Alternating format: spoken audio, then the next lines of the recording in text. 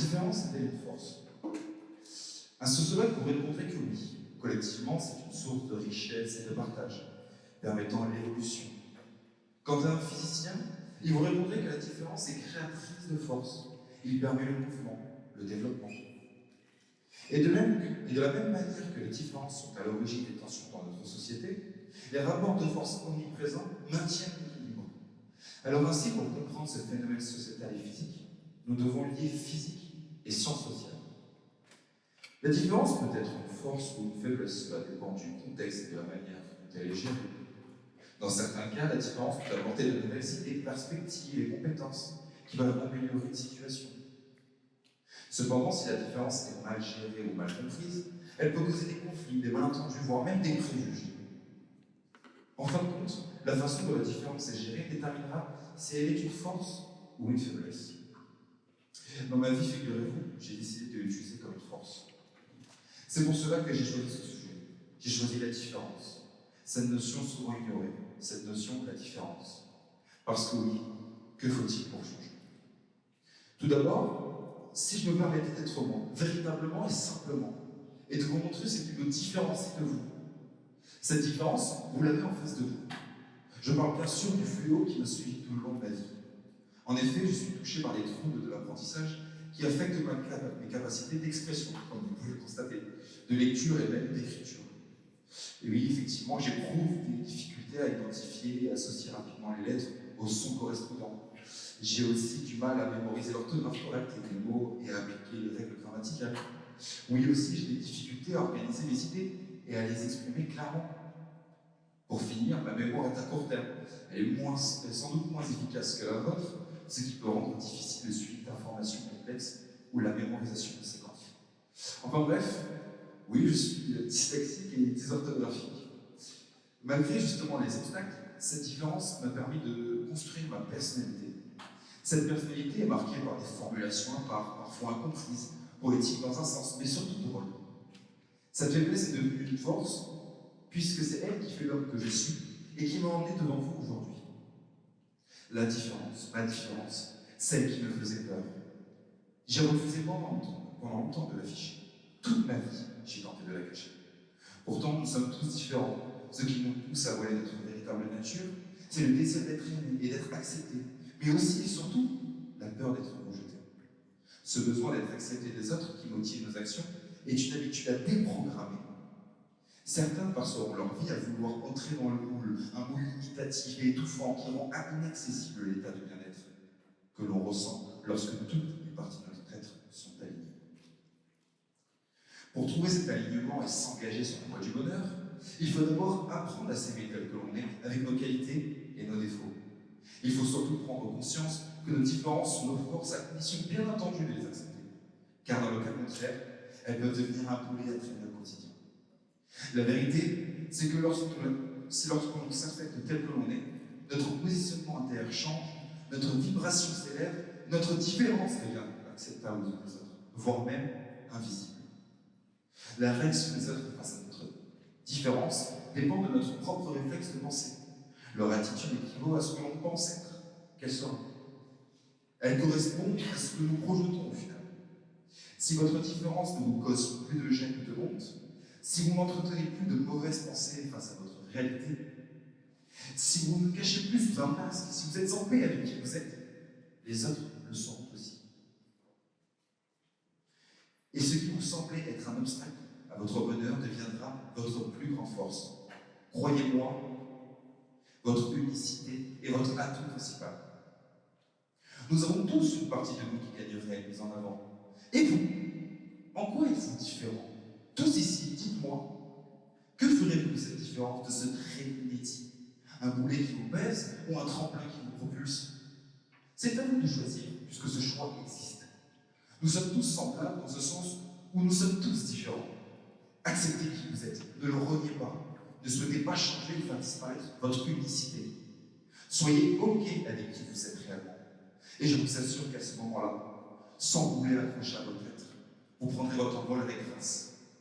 Sachez qu'au besoin, je suis là pour vous accompagner dans votre cheminement, ainsi que pour saluer votre différence. Pour finir, je vais encore me livrer à vous. La différence, ma différence. celle qui m'a fait tant de mal, celle qui m'a effrayé par peur du jugement, par peur de ne pas être aimé ou reconnu des autres. Cette différence est devenue ma force, celle qui fait la personne que je suis aujourd'hui, celle qui me rend aussi courageux et ambitieux, celle qui m'a appris à m'aimer, celle qui m'a permis justement d'être là aujourd'hui avec vous, aujourd'hui au final. Regardez tous, regardez l'homme que je suis devenu, regardez ma différence. Parce qu'au final, qu'est-ce qui nous différencie vraiment les uns des autres? Cette différence, la différence, ma différence. Merci. Aujourd'hui, je suis finaliste de la finale du concours d'éloquence. J'ai été particulièrement investi tout le long du projet, car j'ai toujours aimé le théâtre, prendre la parole devant du monde, tout ça. Donc ça a été en même temps un réel challenge, mais aussi un réel plaisir. J'ai remarqué que toutes les classes ont été particulièrement investies, ce qui était agréable. On était très bien entourés par la suite. Justement, mon équipe a été au top, m'a suivi tout le long de ma finale.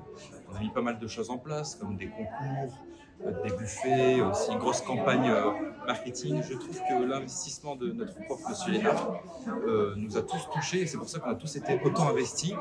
Et je pense qu'il est important pour moi que l'année prochaine et même les prochaines années, il y a encore des concours d'éloquence. Donc on s'est régalé et j'espère gagner. Et merci. Je sais que pendant plusieurs années, on vous a fait croire que j'étais une faiblesse et que de ce fait, on se moquait de vous. Vous voyez de quelles années je parle? Celles où on se moquait de vos vêtements, de la coupe de cheveux que votre mère vous avait faite, ou même de votre père. Ces complexes qui sont nés, auxquels vous continuez de croire encore aujourd'hui. Mais je suis une force qui vous distingue des autres, qui détermine votre personnalité, que vous le vouliez ou non. Je sais que c'est plus facile à dire qu'à faire, mais je sais de quoi je parle. Bonjour, je m'appelle Angèle, et comme tout le monde aujourd'hui, j'ai ma différence, ma singularité. Et alors, est-ce grave? En tout cas, pas pour moi. C'en est même devenu ma force. Peut-être l'avez-vous remarqué, ou pas d'ailleurs, mais je parle fort, je suis franche, je n'ai aucune gêne. Je peux vous parler de politique, d'argent, de racisme, ou encore de sexualité. Et puis, vous dire spontanément que je vous aime pas. À vrai dire, ça ne me dérange pas. Cela va peut-être vous gêner, mais pas moi, jamais. Toutefois, je ne vous en veux pas, car je suis comme ça. J'ai trouvé ma force. J'ai appris à me connaître, et vous pouvez prendre ça comme un défaut, mais pas moi. N'essayez pas de devenir comme les autres. N'associez pas la différence à une honte ou à un complexe, mais à la rareté et à l'authenticité. Elle ne vous tuera pas, elle vous rendra unique. Avez-vous envie de vivre dans un monde de clones, où tout le monde pense la même chose, s'habille pareil, parle de la même façon? Un monde sans découverte, un monde platonique. Comme l'a dit Albert Jacquard, le monde où l'on se reproduit est un monde où l'on s'ennuie. Nous rentrons dans les codes de la société. Elle nous dicte ce qui est bien et mal. Elle définit ce qui est normal ou anormal. Mais ces normes sont un mur, haut, droit, en pierre, qui se dresse contre la différence. Ce qui nous pousse à cacher notre véritable nature, c'est le désir d'être aimé et d'être accepté, mais aussi et surtout la peur d'être rejeté. La déviance désigne les comportements qui sont contraires aux normes que l'on nous impose, mais aussi celles qui nous poussent à construire notre propre groupe, dans lesquels ces différences sont notre conformisme. D'où l'expression qui se ressemble s'assemble. Mais on dit aussi que les opposés s'attirent. Alors pourquoi cette différence est-elle une barrière? Est-ce à cause des préjugés et des jugements que nous avons du mal à effacer? Ou parce que nous refusons de nous ouvrir à l'inconnu? Or, c'est cette mosaïque colorée qui donne vie à notre société. Chaque individu apporte sa propre empreinte, sa propre texture. Et ensemble, nous créons un tableau vibrant de diversité.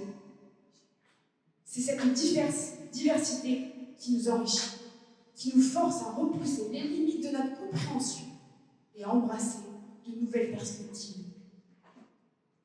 C'est une notion souvent ignorée, cette notion, la différence. Parce que oui, que faut-il pour changer le monde? Certes, il faut du talent, des connaissances, des compétences. Et c'est d'ailleurs ce qu'on nous apprend à l'université. Mais il y a toujours cette notion de la différence qui est négligée, qu'on ne nous apprend pas et qui n'est même pas incitée. Pourtant, ce n'est pas rien. La preuve. Qui figure dans les livres d'histoire? Des gens intelligents, des personnes compétentes, mais pas nécessairement. On n'apparaît pas dans un livre d'histoire à cause de notre bravoure. On apparaît si on a fait quelque chose de nouveau, de révolutionnaire, dont le monde n'a jamais témoigné auparavant. Prenons l'exemple de Thomas Edison, qui a inventé les ampoules à incandescence. Bon, en bref, la lumière. Néanmoins, tous les ingénieurs qui l'ont amélioré, qui l'ont perfectionné, on ne parle pas d'eux, non. Pourquoi? C'est très simple. Ils n'ont rien fait de nouveau. Ils peuvent être des génies. Il leur manquait justement cette dimension de la différence. Et ça, seul Edison a su l'avoir. La parfaite recette de l'innovation comprend non seulement la différence comme ingrédient, mais aussi de la détermination. Beaucoup de détermination. En outre, les différences sont la base de la complémentarité. Prenons l'exemple de la musique under pressure. Elle serait monotone si elle était jouée avec un seul instrument. Mais les notes de la basse couplées avec celles du piano viennent rendre cette musique plus riche et plus pleine, avec une émotion propre à chaque instrument. Dans l'art, les artistes sont souvent différenciés par leur créativité, leur originalité et leur capacité à exprimer des émotions et des idées à travers leur œuvre. Chaque artiste a sa propre vision du monde, sa propre manière de créer et de communiquer. Et cela peut se refléter dans leur style et leur technique. De plus, la différence peut aider un artiste à développer sa créativité et son originalité. Un être unique qui ne ressemble à aucun autre.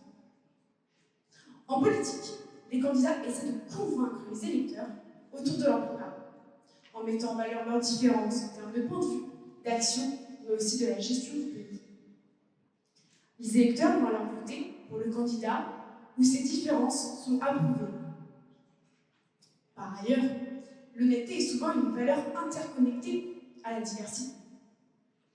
Être honnête, c'est avant tout être vrai avec soi-même et avec les autres, sans chercher à dissimuler ou à tromper.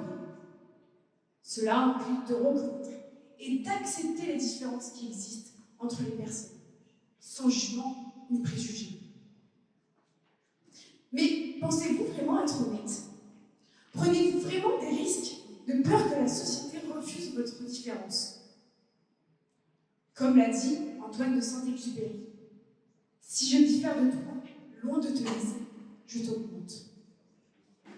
Oui, la différence crée la force. Il est donc essentiel de reconnaître la valeur de la différence et de la célébrer plutôt que de la craindre ou de la rejeter. Aujourd'hui, nous sommes en compétition et c'est notre différence qui nous fera gagner. Car à la fin de cette journée, vous n'allez pas vous rappeler des personnes qui ont parlé des idées les plus merveilleuses ou qui se sont exprimées de manière plus éloquente.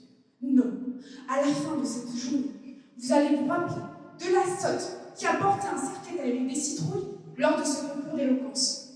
Alors, osez. Quand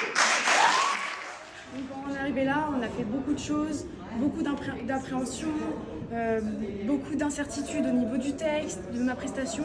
Finalement, quand je me suis retrouvée sur scène, j'ai pas hésité à être sincère, être honnête et à convaincre le public et les jurys. Sur le concours en général, je pense qu'on a beaucoup de concurrents. Ils ont tous fait une très bonne prestation et en ce qui me concerne, je pense avoir un peu touché le jury avec mon dernier texte. Et je pense que c'est une expérience qui est inoubliable pour moi, mais aussi pour mon équipe et je le remercie d'en arriver là. A donné 23 aux 2 parce qu'il n'a pas pu les départager. Vous êtes donc Antoine et Angèle ex aequo, vous allez donc devoir vous départager sur une dernière épreuve. Vous avez 1 minute à tour de rôle pour dire pourquoi vous Et là, le jury a obligation de trancher. Ouais, moi, s'il y a bien une personne qui s'y attendait pas à être ici, maintenant, en finale, c'est bien moi. Je me suis souvent sous-estimé depuis toujours. Et justement, ça m'a prouvé aujourd'hui qu'au final, j'arrive à être bon dans certains domaines. Je peux avoir un certain talent. Voilà, et donc je suis très ravi d'être ici. Merci encore une fois à mon équipe parce qu'ils m'ont beaucoup aidé à l'écriture, à la campagne à côté. Merci aussi à Angèle qui a été une excellente concurrente aujourd'hui. Elle a assuré. Vraiment, je suis fier de toi aussi. Et je voulais surtout. C'est exprès, c'est exprès. Ce que je voulais dire, c'est que dans tous les cas, je pense qu'il y a deux vainqueurs aujourd'hui, c'est Angèle et moi. Pourquoi moi? Alors, déjà, je suis très contente d'être ici. Mon équipe et moi-même avons travaillé d'arrache-pied pour en arriver là, malgré les concurrents de taille qui étaient devant nous. Pourquoi moi? Je pense que je suis sincère, honnête, et je pense avoir réussi à vous exprimer ce que je ressentais à travers mes concours, mes discours. Et j'espère que vous ferez le bon choix, que ce soit Antoine ou moi. Dans tous les cas, je pense que nous méritons notre place. Merci. Le résultat, maintenant, sans appel. C'est toi, Antoine.